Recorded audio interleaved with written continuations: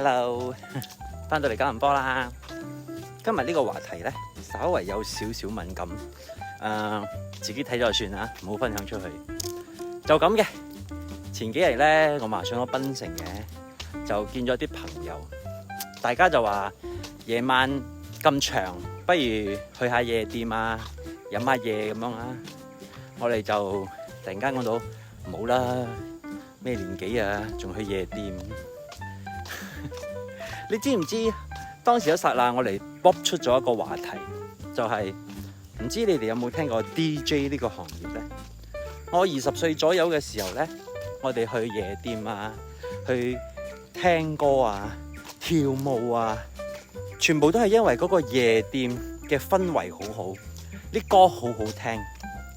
但係我唔知點解而家啲 DJ 唔同晒噶。佢哋啲歌唔係當場 mix 嘅，嗰啲 DJ 嘅歌全部都係喺屋企已經調好咗嘅，即係話佢哋去到現場嘅時候啦，只需要播歌嘅啫。咁樣聞冇現場嘅嗰種感覺啦，你嘅音樂細胞要好好嘅。但係而家我有波就係 DJ， 啲人我唔知係去跳舞啊，定係去及波嘅。呢個係我哋嗰日嘅話題，但係好似真係咁嘅情況喎。你有冇發覺亞洲8大 DJ 接近80-90%都係大波嘅？嗱，你哋唔好誤會啊！我冇話大波嘅人就一定冇音樂細胞啊，都係有音樂細胞噶。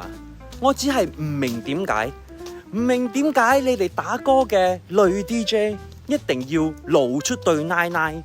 係咪因為打歌嘅時候好熱啦？定係你哋都知道呢個係流量呢？我講出呢句嘢唔係因為我有幾神聖，係因為我好亂啊！我究竟去夜店係要聽歌跳舞啊，定係去及波啊？呢個時候呢，我朋友呢就講咗一句非常非常之有道理嘅說話，佢就講啦：喂，你仲細咩？選擇大人嚟噶嘛？梗係兩樣都要噶啦。